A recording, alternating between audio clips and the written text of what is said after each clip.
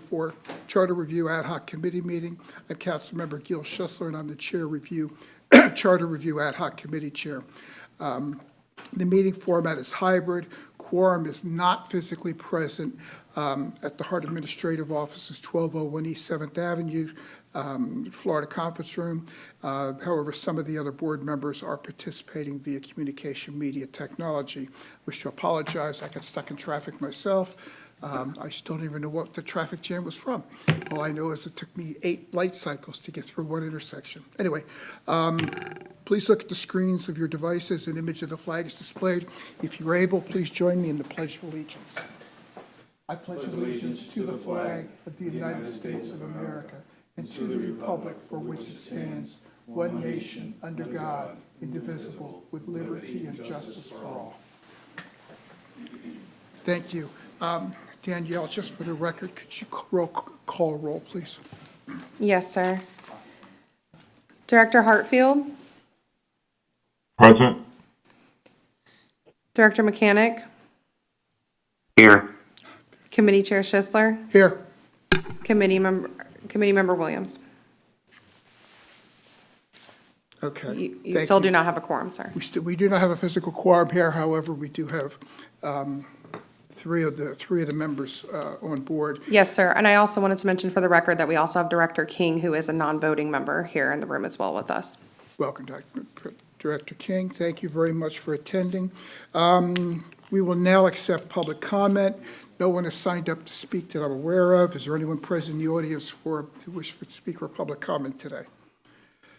Appearing to be none. This concludes the public input section of the meeting. We cannot do an action on the minutes from the previous meeting, so we will push those to the next meeting. Next on the agenda are discussions on the request from the July 15, 2024 meeting. Recognize Jan McLean, HART Board Counsel. This meeting is being recorded and summarized. I will defer to you to lead the discussions. Welcome, Mr. Smith, also. Yes, good morning, Chair Schisler, and I was going to say David Smith is here with me today and will be going through the issues that were identified in our July minutes when we last had our Charter Review Committee. The staff has met several times to identify and try to respond to the committee's requests.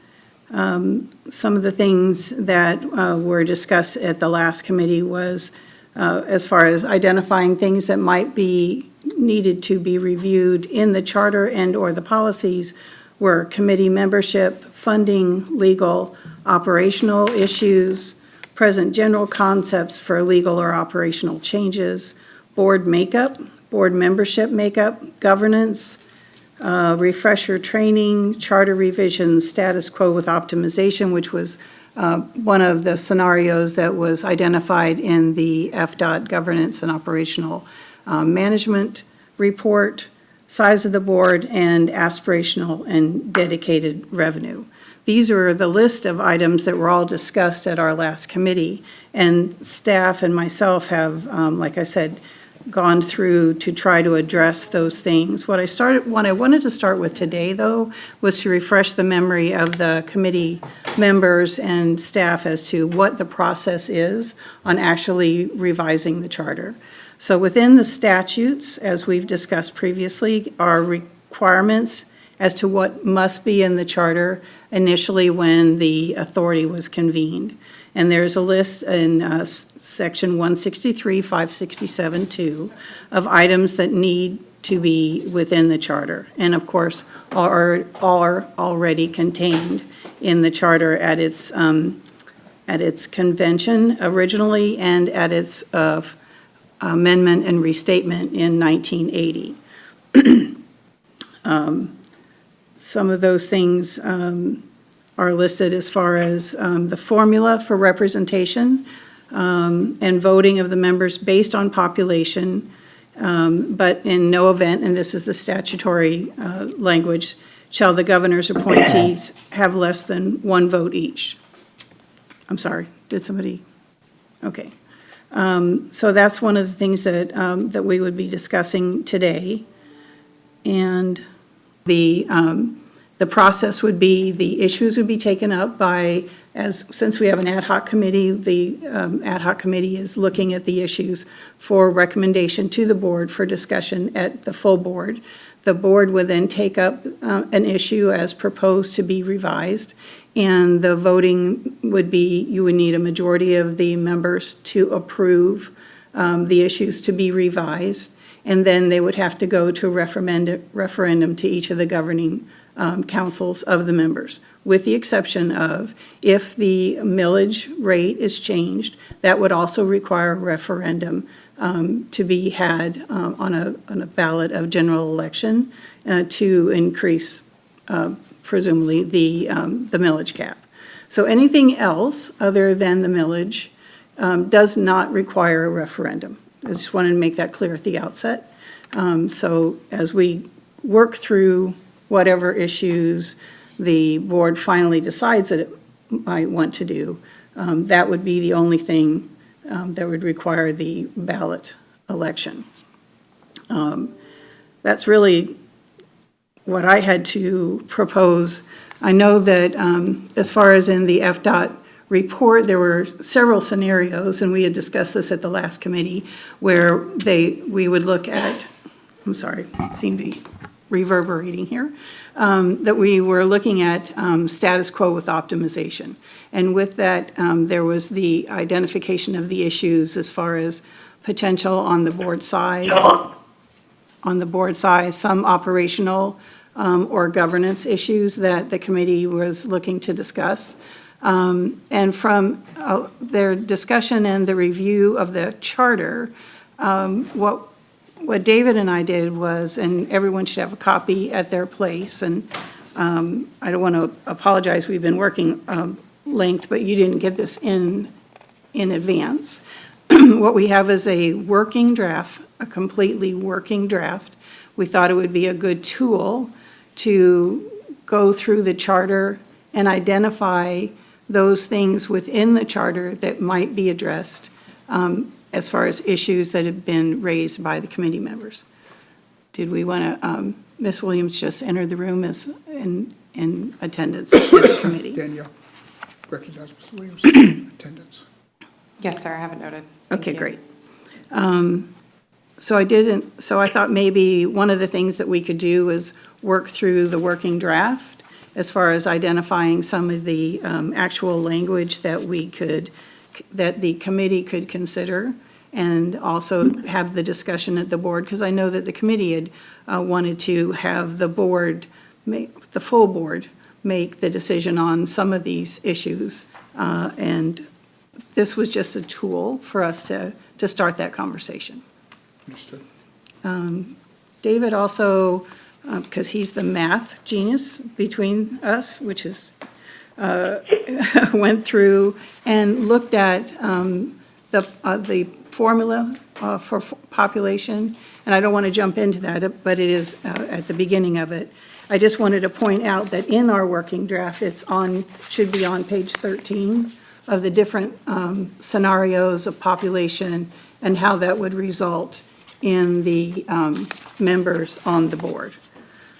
So since nobody's had a chance to look at this working draft, I just wanted to point that out.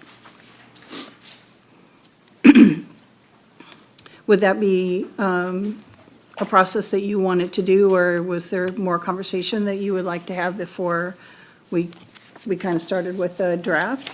Well, just to make sure everybody's on the same page, what I was hoping to do would be identify the upper level issues that we wanted to address with the working document.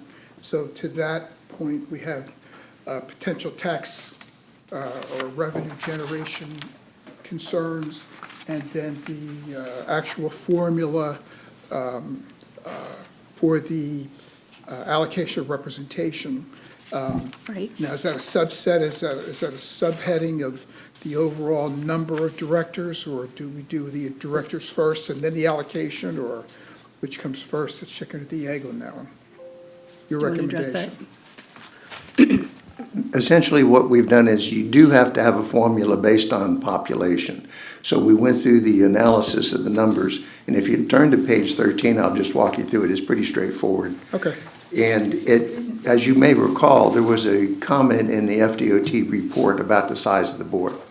They indicated that the average size is about 10 members. They didn't suggest you do a specific adjustment, but they did indicate it was 40% larger than the industry standard. So if you look at page 13, what we've got is if you have one director for each member, the member, of course, is the constituent government. The director is the people that show up in the board and vote. So if you have a director for each member and you add an additional director for every 150,000 of population, which is what your charter says now, you end up with a board of 15. That's what we have now. If you change that to 175,000 for each additional member, as you'll see, Tampa will have 3. Right now, Tampa has 4, Temple Terrace has 1, the county 8, the governor 2. And the governor's going to have 2 throughout, so that's not population driven. If you have 175,000 before you add additional members, Tampa goes from 4 to 3. Temple Terrace remains at 1 throughout. Hillsborough County goes from 8 to 7. Governor's still 2. Now you have a board of 13. If you go to a 200,000 people increment before you add an additional director, Tampa remains at 3. Temple Terrace remains at 1. The county goes to 6. Governor's at 2, and you have a board of 12. If you go to 225,000 increment, you end up with the same numbers, so you stay at 12. If you go to 250,000 increment for additional directors, city's still at 3, Temple Terrace is still at 1, the county's now at 5, and the governor's at 2. That gives you a board of 11. There's an advantage in some people's minds to having an uneven number of board members, because you've got the same quorum of 5, and you have one extra person to help you make that quorum. So, and you also normally will not have ties, but it's not inelectable. If you go to 275,000, the city goes down to 2 directors. Temple Terrace is at 1, county's at 5, governor's at 2, and you have a 10-member board, which is kind of the norm as mentioned in the FDOT study. So those are your options. So you pick an increment of population that determines the size of the board. One other thing we would suggest you consider that's not in the draft that you have is possibly having an escalator, meaning that population goes up pro rata with the overall population so that you don't have this problem in 10 years because of the doubling the size of the county. So that's a consideration for the board to think about. If you have an optimum number of directors that you think maximizes the efficiency of the board, you might want to tab that number to some kind of index. Not really a cost of living, but it's an increase of population index. So that's essentially the formula, and those are the outcomes that you have in terms of board size. And there's David and I were talking about, there's 2 ways that you could actually achieve that, as far as you could have a reorganizational meeting, or you could work through that through attrition, so that if a member had an open position and you had identified and we had revised the charter, then that particular vacancy would not be filled in order to reach the number that the board would have chosen for the number to be. There's also a period of natural selection every other year with elections being held. People move on and off the boards, either through city council or through the BOCC. So would that work, or would we have to? I don't know if there's an internal rule to them to the individual groups as to how many elected officials participate from each member. There is a provision recommended in the draft because there was some discussion about the difficulty of electeds meeting all their obligations given how many they have. And so I believe Ms. Williams had mentioned the possibility of putting a limit on the number of electeds on the board. So there's a provision in here for discussion that says there will be 1 elected from each member, each constituent government. That is just for discussion purposes. That's solely a point for this committee to decide and recommend to the board, and then the board would discuss that. And since this has to go to all the constituent governments, clearly they're going to have a say on that as well. Well, the only problem I see with that is I believe that we're required to have the chair be the chair, two of the executive committee members, chair and vice chair or secretary, must be an elected official from a county position, if I remember correctly. I believe that At is least one correct. of them.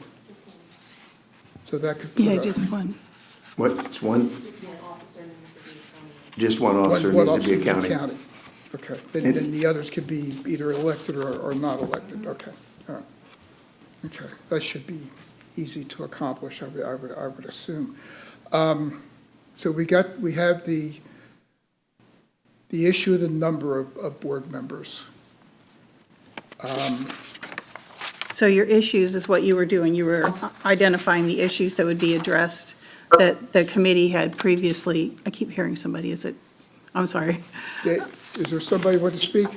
David? Oh, there you go. No. Okay. All right. It's just me and the goblins in my head, I Or guess. Gary, if you have something, just holler. So you are identifying the issue. So it's the composition of the board population. You'll see that the first language that is proposed is on page 4. Then we have on page 6 is also, there was some discussion as far as the challenges that have been experienced in the committees and membership in the committees and reaching a quorum. So, and like I said, Ms. Williams, before you arrived, this is a completely working draft where I just took the concepts of the discussions that we were having and put them in a draft with David's advice and guidance so that we would have something. A target to me is always easier to work from. You know, we can eliminate something, we can revise something, we can include something that I've overlooked, but that's what this draft is. It's just nothing but a tool to be starting to work from. So on page 6, I included a new section that addresses the committees and membership, appointment, and attendance. On page 8 is the millage rate issue. And as I had said, this would be the only issue that would require this to go to referendum. All the other issues are approved by the board and then, of course, ratified by their governing councils. Let's see.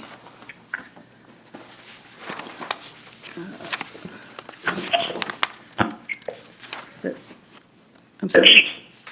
It might be easiest to take them up one at a time, Right. now that we've covered them conceptually. Yeah. If you look at page 4, the first thing is the increment of population. It's currently 150,000. You've got on page 13, the outcomes dependent upon which number you put there. So I think that would be the first item of discussion for this board, is to talk about what it might want to do in terms of board size, and that would obviously guide you to the population number you would choose. One comment that I'd like to make before we get into it, this work, I echo Jan's commentary. This is a working document. This is not a proposal. This is just something where I found it difficult to say, okay, we want to do this or we do that, but we needed something to come back to and hold us together, because it's like herding cats on this issue. So I'm thankful that you put this document together, but again, I stress it's a working document. This is not something that we're proposing to the board yet. It's just something that we all have our hands on, and we can say, okay, yes, you know, amongst ourselves. So to the first item is the number of directors and the cutoff point, you know, for when we add new directors. Any comment from the members of the committee as to that number being 150,000 or 250 or 175 or whatever? I guess the issue is, how big do we really want the board to be? I personally like 10 or 11. I like an even number, but 11 is a nice number. 15 and above becomes very cumbersome to deal with, and getting participation and quorums and stuff like that. So I'm open to any comment from other members of the committee or staff and on their feelings. Yes? David? No, I don't have any comment at this time. Okay. Gary, your comments? Anything?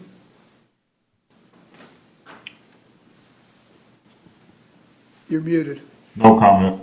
Okay, all right, so Ms. Williams, you're Thank you, recognized. thank you so much, and thanks again, Jan, for putting this together. This has given us a baseline of where we want to start with, status moving forward. One of my questions is centered on, do we have, the information on how other boards are, how many people are on the boards and where they are categorized? I know you mentioned that a little bit earlier, but I would like to understand, are we pretty far off, we're close enough, or what's the normal standard if you just look at maybe PSTA and maybe other areas as well? There's a matrix within the report you wanted to, Okay. it's up to you. Okay. That looked, and I think Justin has looked at some of this, also jump in if you want to. I don't want to put you on the spot or anything, but you all have the background. That had it gone through some of the peer agencies and identified that on an average, the board size was in the 10 to 11 range as far as the different agencies that they looked at.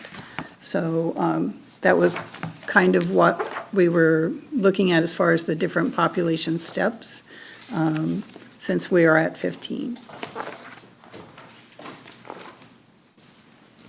Just that you knew where that was in here. I think Danielle's pulling up the packet that has some of that information. okay. But I think what she's going to pull up shows that the average was about 10 to 11. A lot of Florida agencies are in the examples, but it was right in that Okay, ballpark. thank you. I've seen I that list. see it. Oh, here it I is. see it. Good job, Danielle.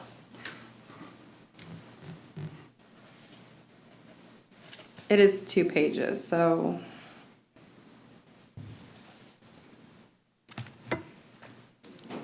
It's a little bit larger.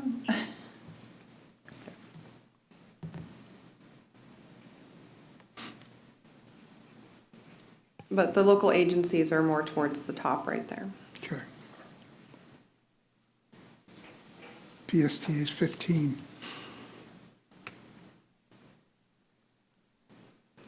And just to remind you, the statute requires that the formula for our board membership be based on population. So I couldn't tell you off the top of my head what the formulas are on the different agencies, on how they identify what their board composures are. So, but ours is required to be based on population. Okay. But changing that denominator would make it would make the calculation Correct. easier to handle and reduce the overall number of board members per each. Okay. As an example, in the statute, to convene the committee to create the charter at the outset, they use the 100,000 as a basis for population. But within our charter, we have 150. So you see that we have the ability to change the formula as long as it's based on population. Okay. And Does that sound right? And I suspect that PSTA is using 100,000, which is why they have such a big board, because they have 400,000 less people than us, I think, somewhere in that range, so, Okay. for whatever it's worth. I have a question. Does the legislation speak to, is it countywide population, or could that be based on like the service area population?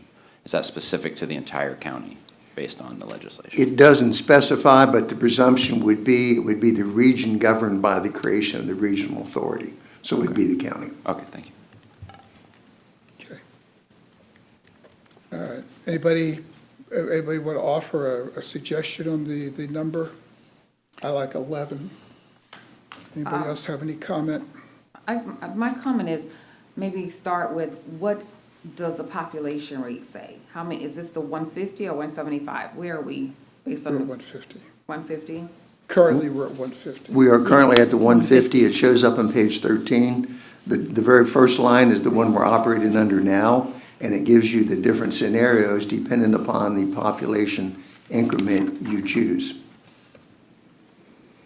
And so the discussion around the population is what we need to align on to determine how many board members we should recommend. Yes, ma'am.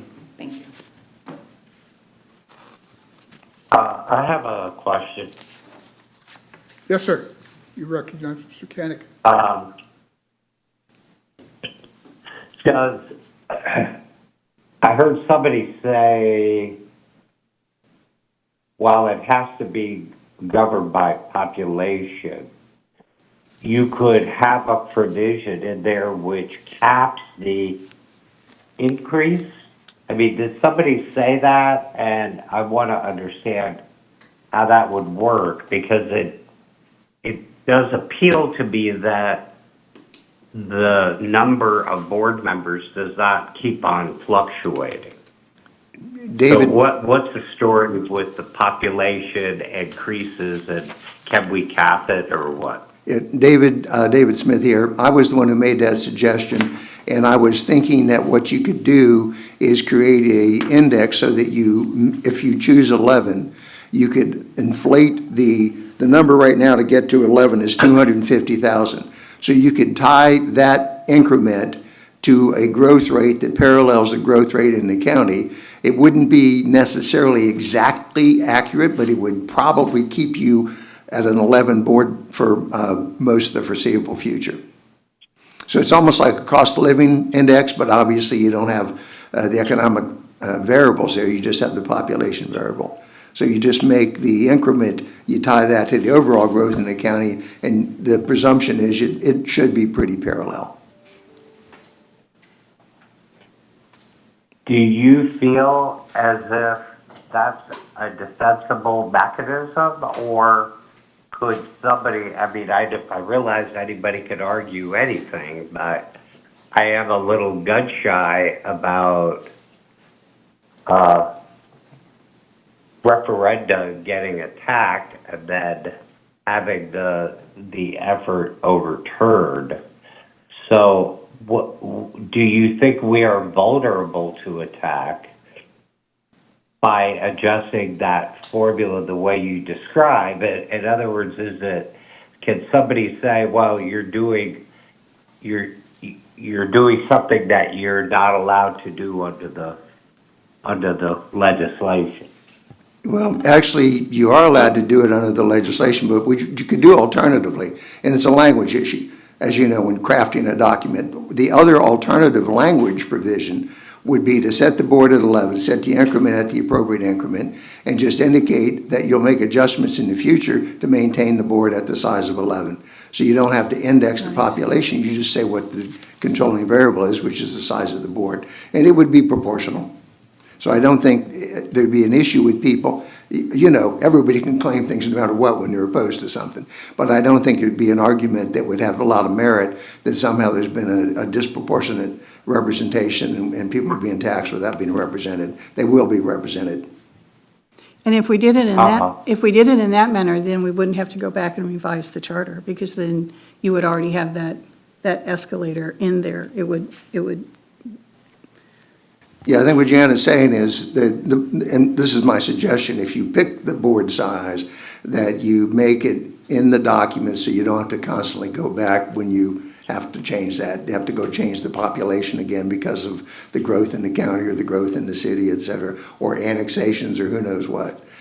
So I think that's the idea, is to try to make sure you don't have to go back to amend the charter, because it is a bit of a tortuous process.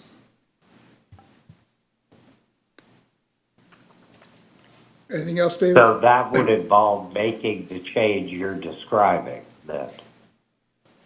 Yes, we'd have to come up with more specific language, but if this committee and the board ultimately wants to go in that direction, then that's the language we would prepare.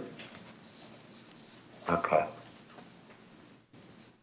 Well, as simply one board member or one committee member, I would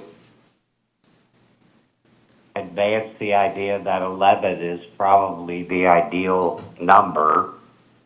I mean, I've sat on the board for many, many iterations over 20 years, and I mean, 11 to me strikes me as a more manageable number than what we're currently dealing with. And then I would also suggest that we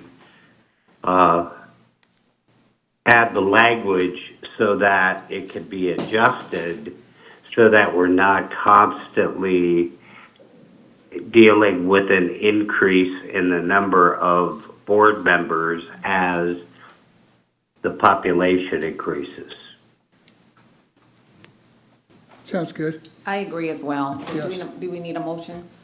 Can we take action? Or is it just working from a draft and then we'll take the information and note it? Yeah, I think what you're gonna do is Okay. develop, if you have a consensus, which it sounds like you may have, that will go to the board saying we didn't have a quorum, but the consensus of those in attendance was X, whatever it happens to be. In this case, it sounds like it's 11 for board size. Gary, your thoughts?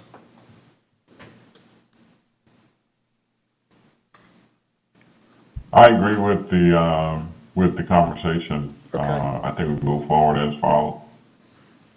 Okay, that sounds good. All right, cool deal. Thank you.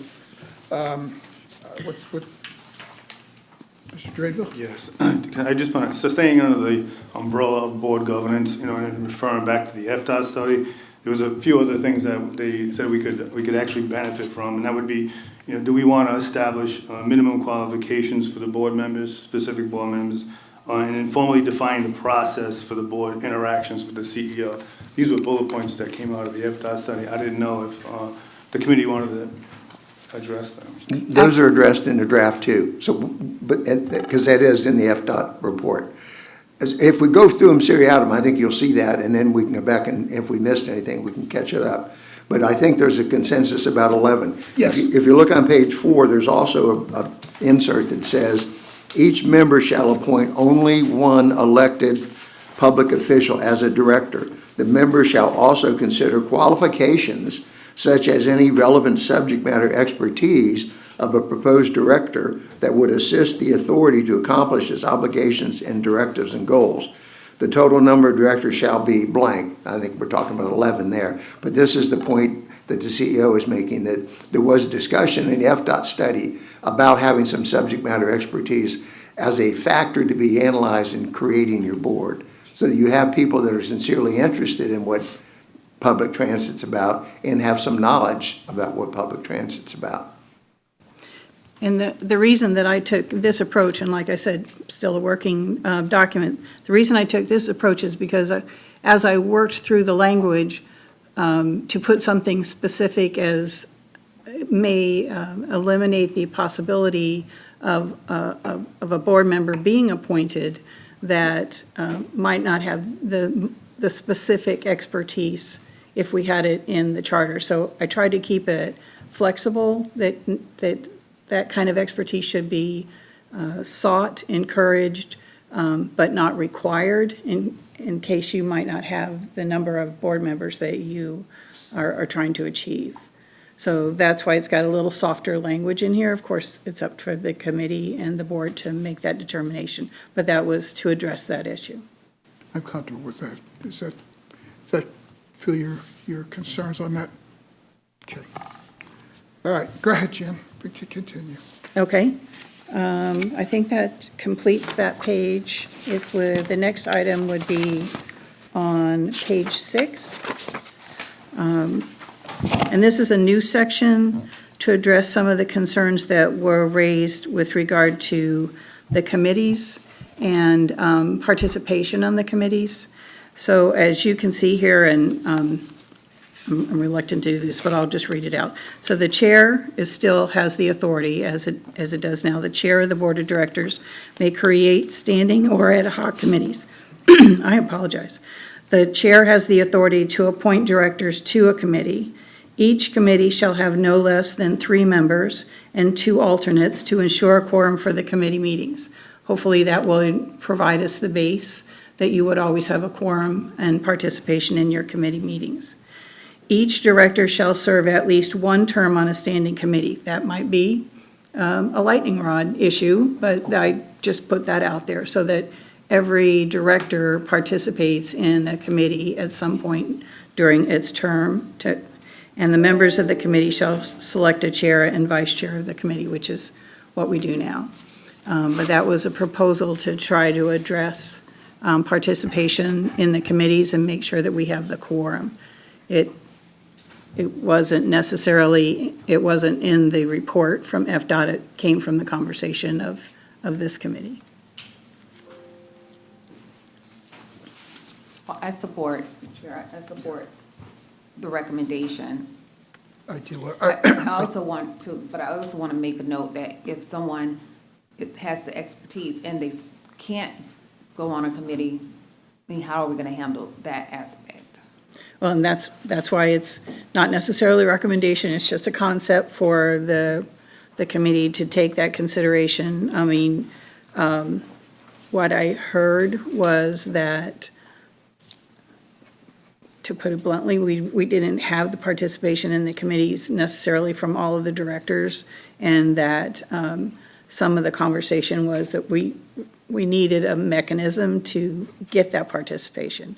I think what I'm hearing you say is if we've got a director that has expertise that you want to have on a particular committee, it's the chair's prerogative to appoint the committee member, so that would be within his authority to do so. I'm aligned with that approach. That's my recommendation. However, in addition to that, the 3 members and the 2 alternate members, I also want to support that recommendation as well. be a lot easier to draw a quorum. And we're not approving anything per se, we're just, many of the issues that come before us are just vetting,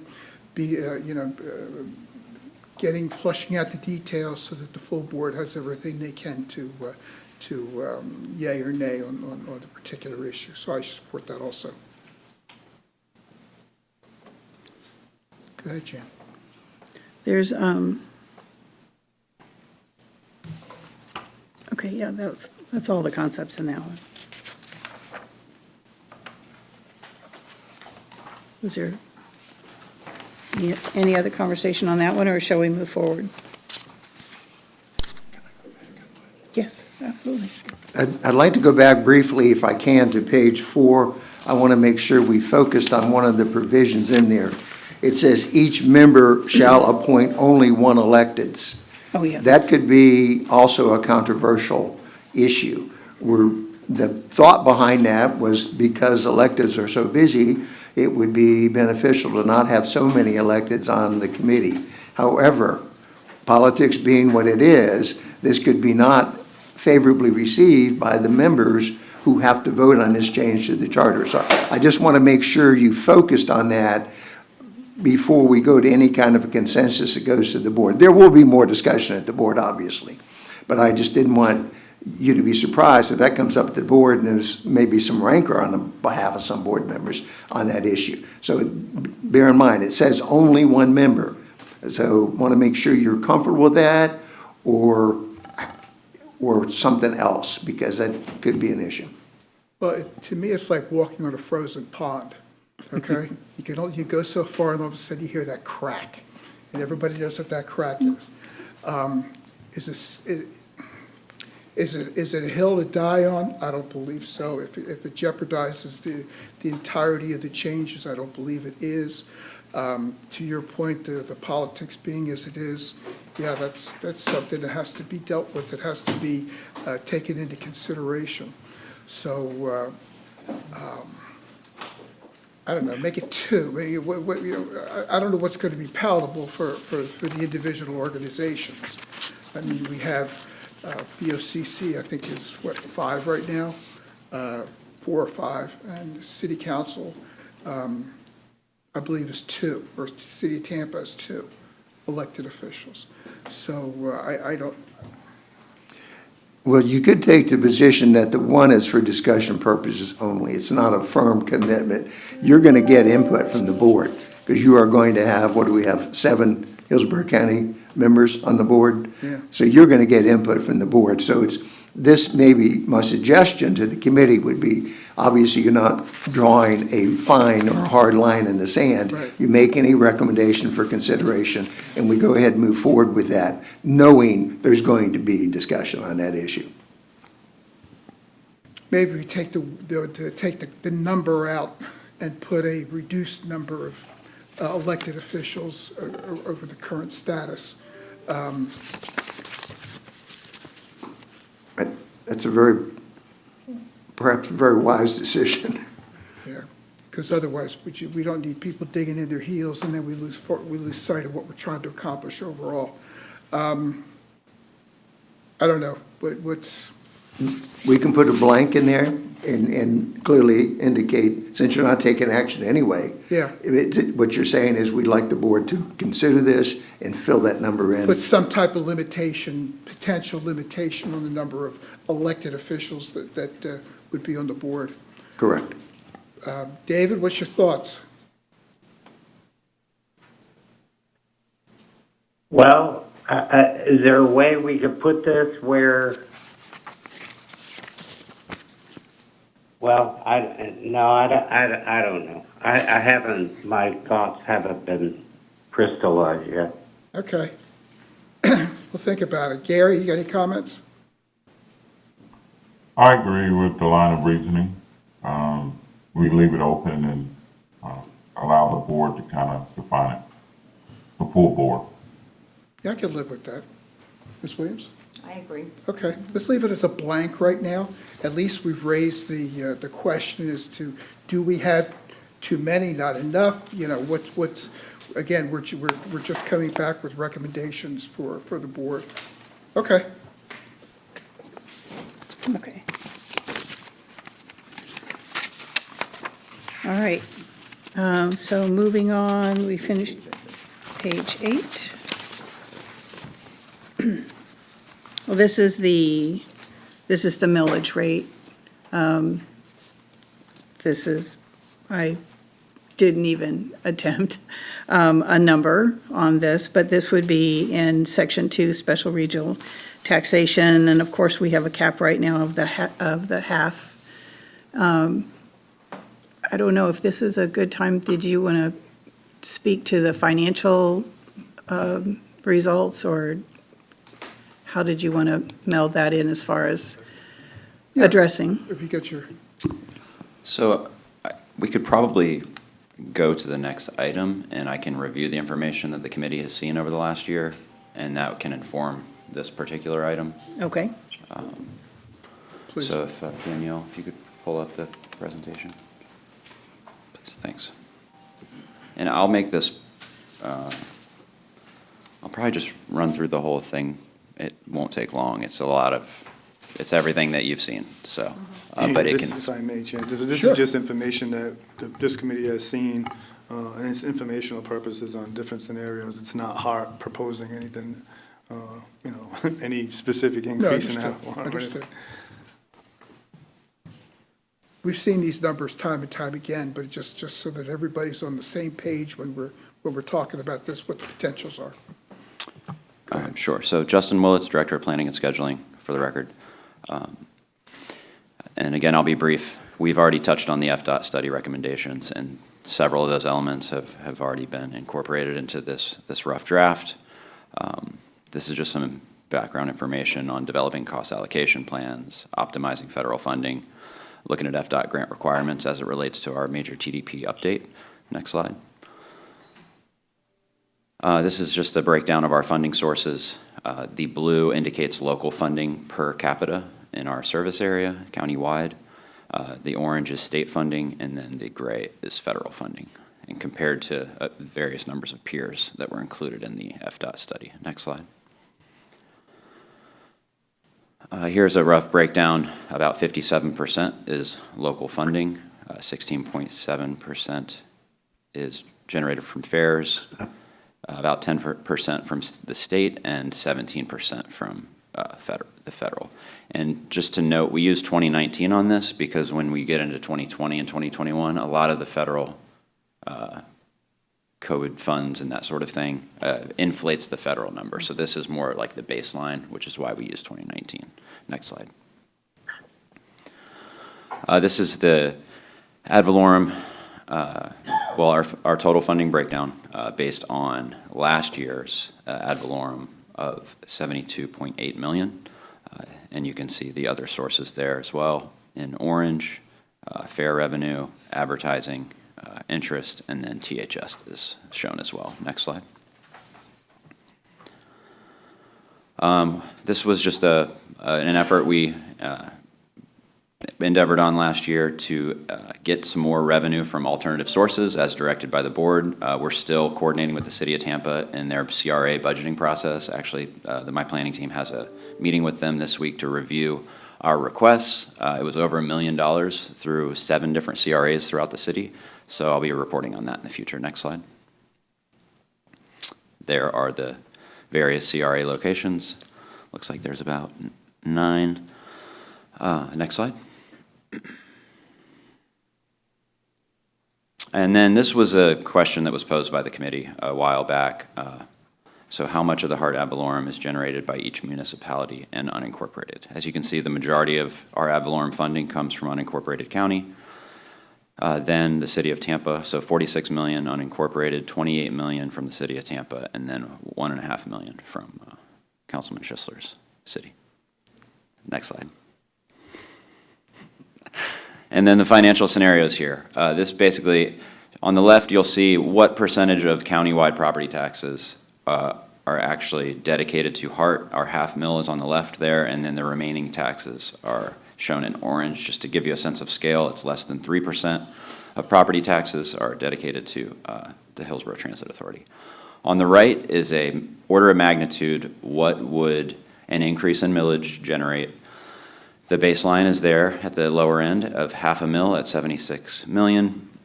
If it was increased to 0.75 mils, it would be 114 million. This is not the previous fiscal, but last year, so it is a little higher now. If it was increased to 1 mil, it would be doubling the current half mil to 150 million, and then a 1.5 mils would generate 229 million. The main purpose of this is to kind of demonstrate, if you go back to the FDOT study, which said that HART was underfunded by about half, to basically double our budget from 100 million to 200 million, you'd probably need to double the ad valorem to 1, and then the matching federal funds and state funds that are available because of the increase in service we would be providing would probably get us to where that would be a doubling of our $100 million budget to 2. So this doesn't represent all of those matching funds, but it does show you that the doubling of the millage would probably get us to where the FDOT study said we were trying to get. And I would just clarify that this is specific to bus service, right?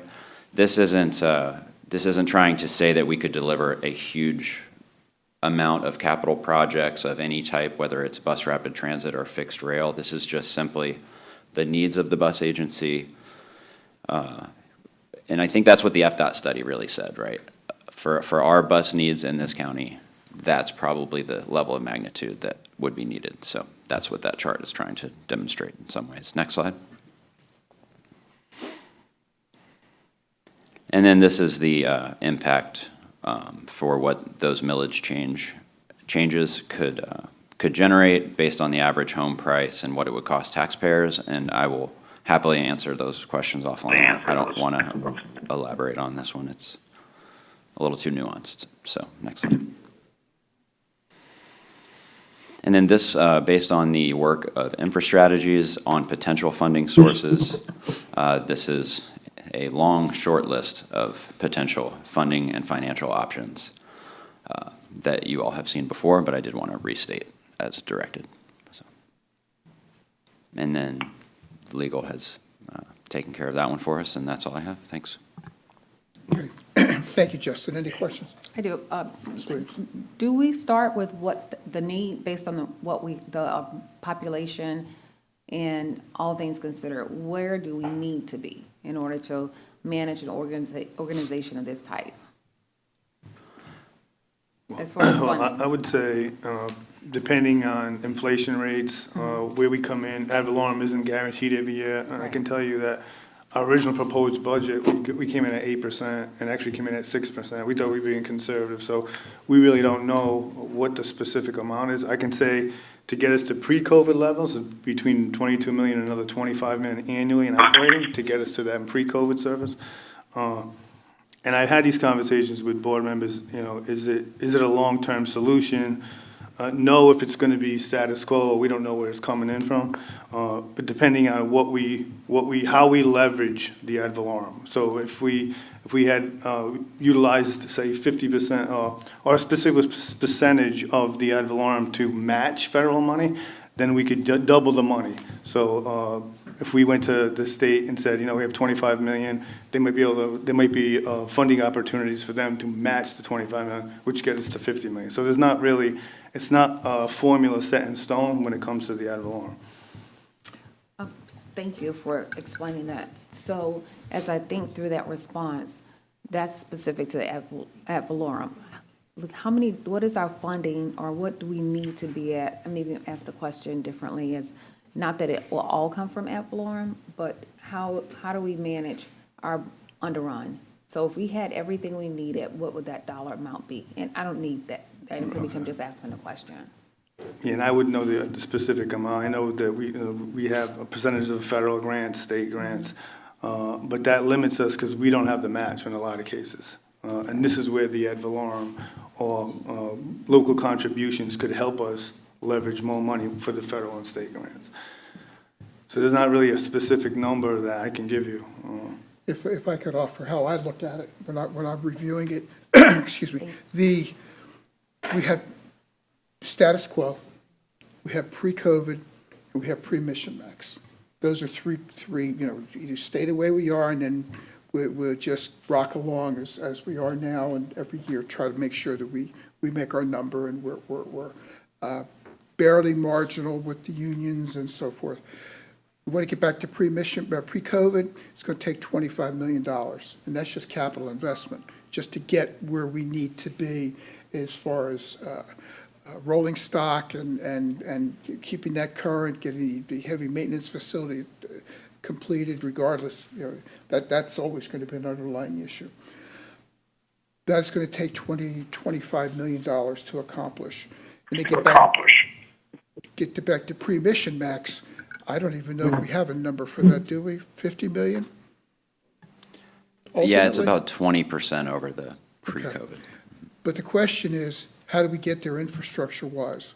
If we can come up with a 50% increase in our ad valorem tax, that's about a $30 million a year, let's use round numbers, okay? With the leveraging capabilities of those dollars via state and federal opportunities, we could potentially turn that into anywhere between $50 to $75 million on an annual basis for capital use. That puts us in a couple of years back in pre-COVID, and in 5 years puts us back at pre-mission max. We're not doing this for this year and next year. We're doing this for the long haul. Otherwise, we're just going to stagnate, and it's never going to grow. We're never going to be able to increase our rider base or the attraction to other potential users and customers. County's never going to sign on to it, and we all know with what's going on with the city, it gets harder and harder with their construction projects and so forth. I believe that it's not the only way for us to review, but I think it's the smartest way for us to at least start. We've been limited and throttled by the $500,000 for 45 years now, since the inception. And there are other options on the table, i.e. sales tax initiatives, but they're going to take statutory review by the state of Florida. And the Department of Revenue, in my opinion, is not going to want to change their entire structure to accommodate one legal entity, i.e. Hillsborough County. That's going to become a very tough road to hoe. And on top of that, it's, those type of dollars, if they do become available, are going to be needed for operating, not just capital. And the extra, the federal and the state dollars aren't going to be able to be used. The leverage dollars aren't going to be able to be used for the most part for operating. It's going to be just for capital. It's okay, so we build it and they will come. We got to get it built first. And that's the way I'm looking at it. And again, it's at 30,000 feet and it's big numbers, but it's the only way we're going to get to where we need to be, in my opinion. And if I'm wrong, staff, please correct me, because that's the That's going to have to be the roadshow just dialogue as we go forward to, I don't know if I can get this through the city of Temple Terrace, the city of Temple Terrace, city of Tampa, and Hillsborough County, and get it through our board to begin with. Thank you. Any other comments, any questions, any other questions for Justin? David or Gary, anything? No, I don't have anything. Thank you, Mr. Chair. All right. To keep us moving forward, I would like to take the limit to 1 full mil. Take the not to exceed to 1 full mil. There's not saying we're going to use it all in the beginning. I know there's a temptation to do so, but I think that this organization and the finance department does a very good job with what we've got to work with. And, if the spirit is intended to develop the capital sourcing for the growth of HART and leave it alone for just operating expenses so that we're not padding contracts and things of this nature, I think that we can sell it and it'd be an effective use of the funds for the public.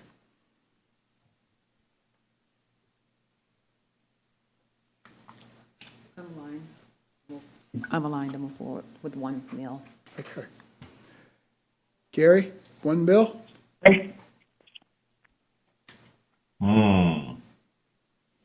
Pick a number then.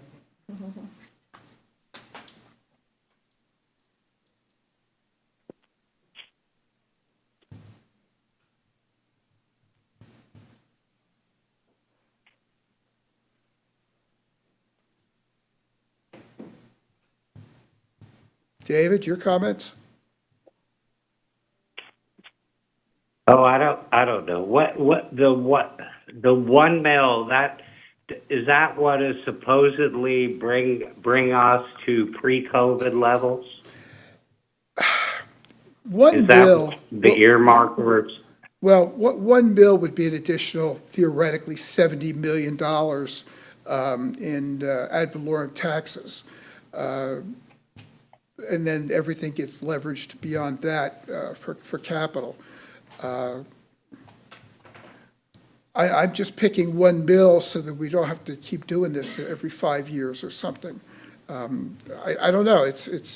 We've got to, again, we're walking on the frozen pond. Where's the limit?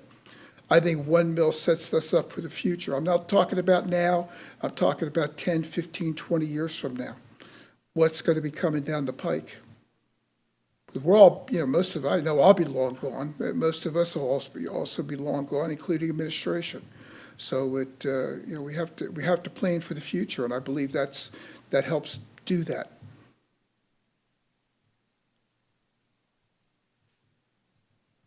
But in short of concurring, give me a thought, give me your thoughts, give me your suggestion. Well, I'll go along with it, but I think all of these ideas are going to get shot down, but, I'll go along.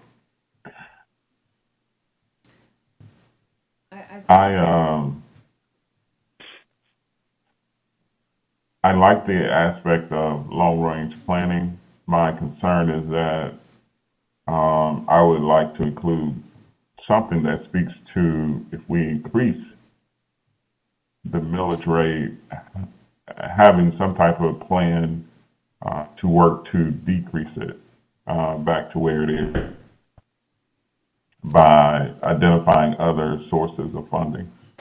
Well, I It guess concerns me that we just, I don't disagree with you on that. go ahead. I don't disagree with you on that, Gary, but, when was the last time your electric bill went down? So it's a cost of doing business for a homeowner.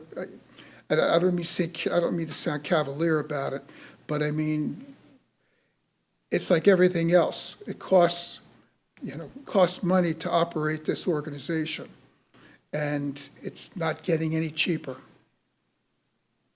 by any stretch of the imagination. And meeting our budgetary requirements for operations is one thing, but to replace the infrastructure, how many years now have we been fighting for the heavy maintenance facility? Buses, how much are buses this year? 875,000? 825. 825 for a bus, and we have to replace those. You know, we're already way behind, way beyond some of our replacement times.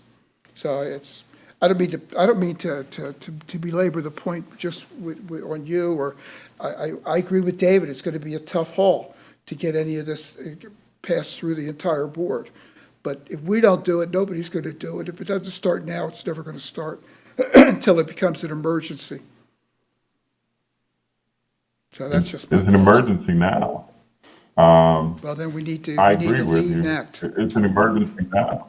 Then But I think, we as leaders need to act on this and stand forward and do what's right for the whole organization, my opinion.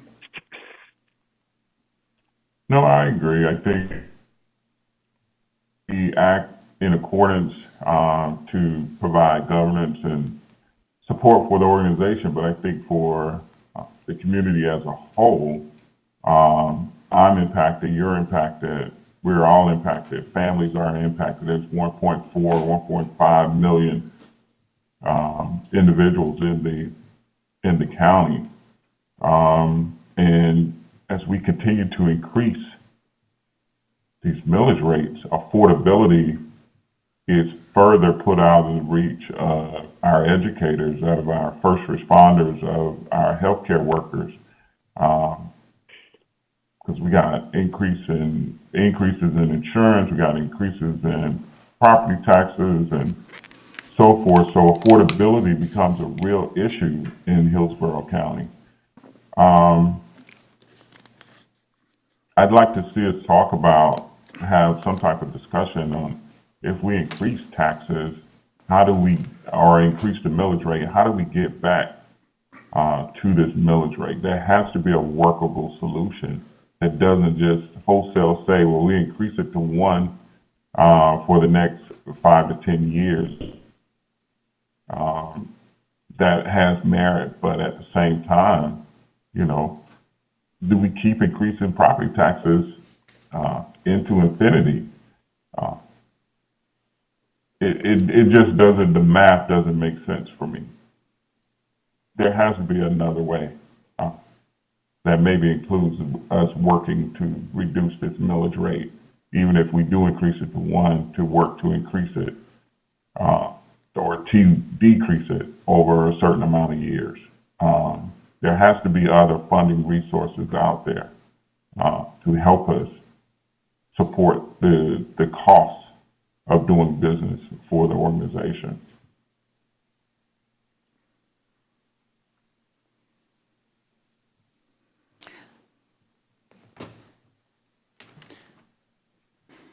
I believe we have to go to the table with some recommendation. Yeah. And then this is one aspect of the recommendation, although it can be significant when you look at the amount that's being increased, considering Mr. Hartfield's thoughts and recommendations or thoughts on the 1 mil in reducing it. So I think this is one aspect, and we have to continue to find other ways to grow the revenue.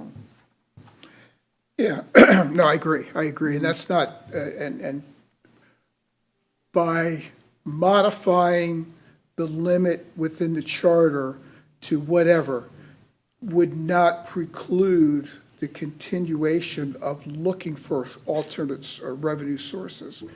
I know, dealing with the individuals on staff now, that they're constantly beating the bushes for opportunities to move that ball forward. Vis-a-vis the last initiative with Chair Vieira and the Tampa City Council, where they come up with, you know, 1.5 million to operate the Route 1 for a year. So I'm fully confident that they're going to continue in that vein, and I know that they're constantly looking for alternative sources. So but I don't know how we can't build that in. Sorry? If you want to do what Gary is just suggesting, and I don't suggest that the language would be simple. I think it'd be a very complex thing, but you could put in there that the increase in millage is automatically adjusted through some formula that you'd have to devise that would say any additional new revenue sources coming to HART operate to reduce the increase in millage by some calculated amount. And that would essentially remove any increase to the extent we have other revenue sources, new revenue sources. I really don't have a problem with that. I mean, That's a valid point. That's a valid comment. Mr. Smith, I'm sure that you knew I was going to call you Jan. How hard would it be, or how convoluted could that type of language get? We're sitting here talking about, part of the problem is, as you know, any millage that you actually levy has to be approved through referendum. And we would need to look back through the election laws to make sure you can have the language that you just described, and yet it could be a valid vote. As you know, these are very contentious issues, and we have a lot of challenges to items on the ballot right now, and this would probably garner a challenge from someone. So I think we need to be careful about making it too complicated. I understand the economic concept and the merit to that. I'm just not sure we can meld that in with the election language. It's fair. But we could look at that prior to the conversations that you might have with the full board. Okay. I have to be honest with you, and I'm sure I'm going to step on some toes right now, but this is, we got to lay it all out on the table. My fear with this is that there are certain groups that are going to figure, oh my goodness, look at all the money that they're going to have. These monies have to go to capital. These monies have to be used to build the infrastructure and sustain HART into the future. This is not a money grab. And I hope that that's my biggest fear, is people are going to say, oh, look at all this money on the table. Now we can get a better contract. And that's not for that purpose. It really isn't. It's going to kill us in the end. Mr. Chairman, one other thing to consider here to fully respond to your question. When you're talking about a capital expenditure, which is going to exist over a period of time, the revenue stream typically has to be constant and therefore is bondable. So you have to have a sufficient period of time for that revenue stream to come in order to bond it. So you could not make such a change, I would think, within 5 years. Most bonds are 20 and 30-year bonds. Well, I'm not suggesting that we, establish any bond issues. We haven't had them yet, and if the revenue stream is sufficient, we shouldn't really need that, I would hope, depending upon what we want to do. But to your point is valid, and we recognize that. But I'll leave it at that. Let me ask a question. Mr. Chair, is a bond issue off the table? Well, I mean, that's I think that may another be a viable solution. that's another whole level of complexity that I hadn't really wanted to drag into the discussion, but that's not my call. If I may, Mr. Chair. Drainville. So the Chair Vier and myself with Ms. Kirk have entertained those conversations in the last 2 weeks. The Chair Vier did bring it to my attention to look into it. There's a lot of steps we would have to take because we've never bonded, but that has been a conversation. Then do we? I think we look into, Mr. Chair, I apologize for speaking out of turn. Is it okay to speak? Sure, please. No, you have the floor. Thank you. I think looking into those options just gives us, more bullets to put in the gun and to fire more accurately. I would hate for us to continue to default to increasing that millage rate. As I think about my 23-year-old daughter, who's in grad school, and her, trying to position herself to buy her first home, for educators that have been in the field for 5 or 10 years trying to position themselves to buy their first home, with this market here in Tampa Bay, they may not be able to. So as much as I love my baby, I would love for her to have her own home.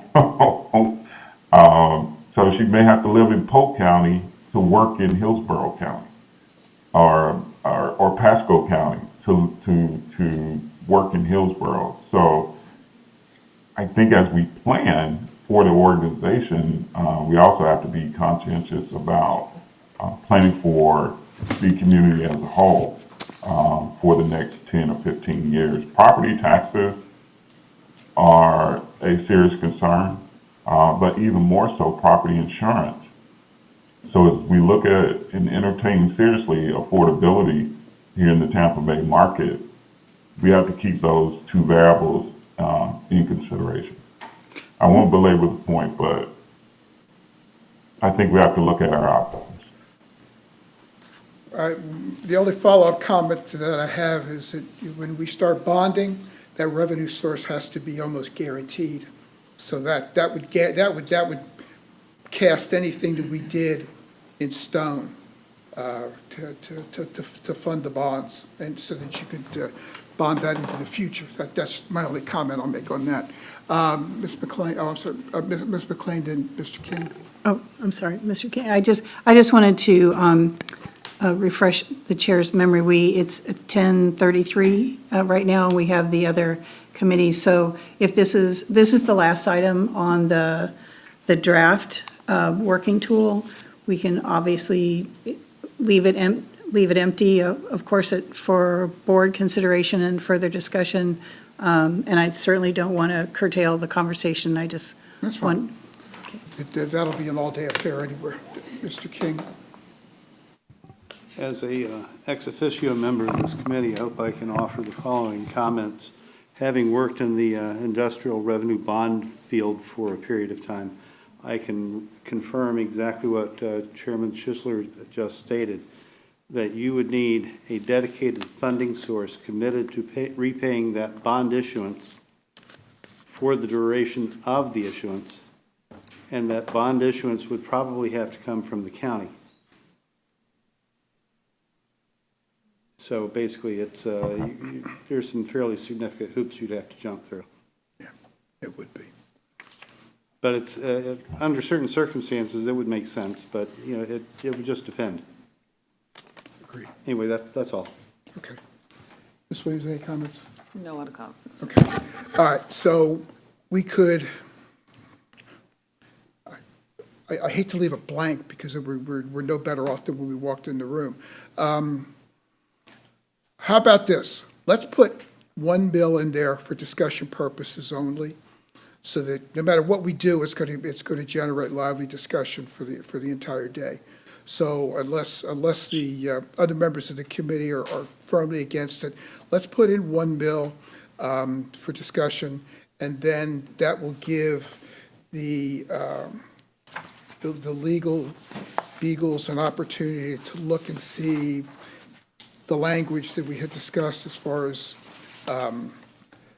any kind of ratcheting back in the future. I don't know, that's a yes or a no on that would probably be sufficient as to whether that's possible, so that they can put something together. When did we want to bring this to the board?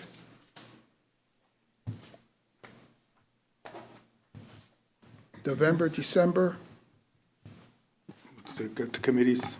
I would prefer December, but any other comment? I think we're on, I don't think we're meeting in December, are we? Yeah, we have a board meeting. We have a board meeting in December, yes.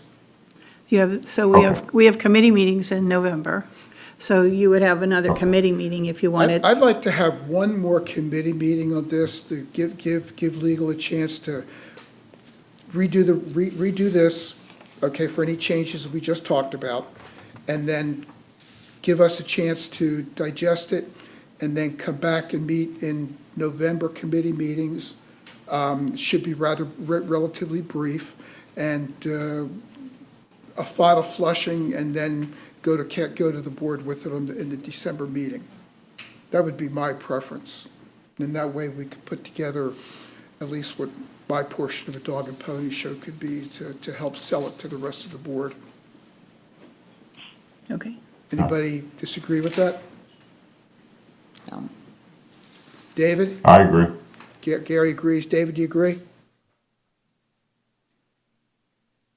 Yeah, I'm fine with that. Okay, very good. So we'll look forward to an updated working copy In advance this in time. advance so that we can sit there and make our notes and go from there.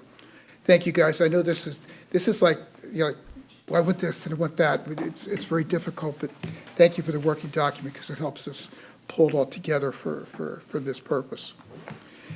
Okay, we still don't have a quorum, do we? Do we have quorum? For this committee, you don't have a physical quorum. Okay, so we can't approve the minutes. Okay. Correct. All right, okay, well, that'll be pushed back. Any old business? Any new business? Thank you very much, everybody. This meeting's adjourned. Okay.